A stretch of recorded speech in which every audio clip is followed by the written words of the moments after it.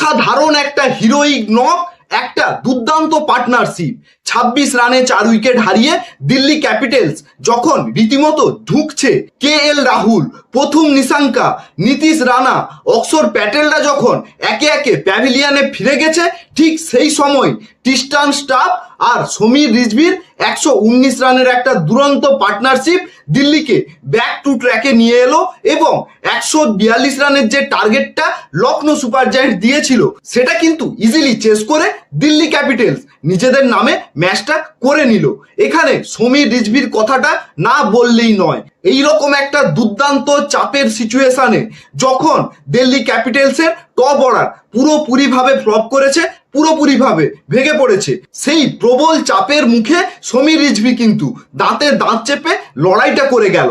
47 বলে 70 রানের একটা ম্যাচ উইনিং নক খেললো ট্রিস্টান স্ট্রাফকে সঙ্গে নিয়ে এবং দিল্লি ক্যাপিটালসকে 6 উইকেটে ম্যাচটা জিতিয়ে তাদের IPL এর প্রথম ম্যাচটা জয় দিয়ে অভিযান শুরু করলো দিল্লি ক্যাপিটালস। প্রথমে ব্যাটিং করে লখনৌ সুপার জায়ান্টস কিন্তু প্রত্যাশিত স্কোর তাদের স্কোর বোর্ডে তুলতে পারেনি, 141 রানে আটকে গেছিল। লখনৌ সুপার জায়ান্টসের বোলাররা দুর্দান্ত শুরু করেছিল। মোহাম্মদ শামি প্রথম বলে KL রাহুলকে প্যাভিলিয়নে ফেরত পাঠিয়েছিল, তারপরে প্রিন্স যাদব দুটো উইকেট নিয়ে ধাক্কাটা ভালোভাবে দিলেও লখনৌ সুপার জায়ান্টস কিন্তু তারপরে আর উইকেট নিয়ে ঘুরে দাঁড়াতে পারেনি। দিল্লি ক্যাপিটালস ধরে ধরে খেলে 119 রানের পার্টনারশিপ করে ম্যাচটা নিজেদের নামে করে নিল।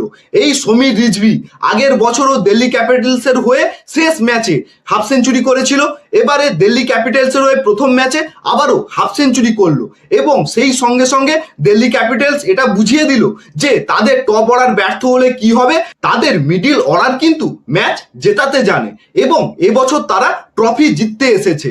লখনৌ সুপার জায়ান্টসের ব্যাটিং দেখে আমার মনে হলো যে এবছরও সঞ্জীব গোয়েঙ্কার স্বপ্ন হয়তো পূরণ হচ্ছে না। ঋষভ পন্থ কি কারণে ওপেনিং করতে এলো সেটা আমার এখনো বোধগম্য হলো না। যেখানে ম্যাক্রামের মতো ওপেনার এখনো পর্যন্ত টিমে আছে, তাকে পরে ব্যাটিং করতে নামানো হলো, কিন্তু ঋষভ পন্থ ওপেনিং করতে নামলো T20 ক্রিকেটে। এটা অত্যন্ত আশ্চর্যের বিষয় আমরা দেখলাম। পরবর্তী ম্যাচগুলো জিততে হলে LSG কে আর কোন কোন বিভাগে উন্নতি করতে হবে কমেন্টে জানাবে। দিল্লি ক্যাপিটালস তো জয় দিয়ে শুরু করলো, এই জয়ের ধারা কি তারা অব্যাহত রাখতে পারবে সেটাও কমেন্টে জানাতে ভুলবে না।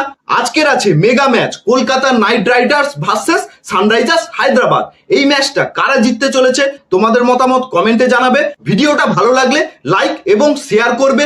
IPL সংক্রান্ত সমস্ত লেটেস্ট নিউজ আর আপডেটের জন্য আমার চ্যানেল ক্রিকটক উইথ অগ্নিকে সাবস্ক্রাইব করতে ভুলবে না। আসছি আবার নতুন ভিডিও নিয়ে। জয় হিন্দ।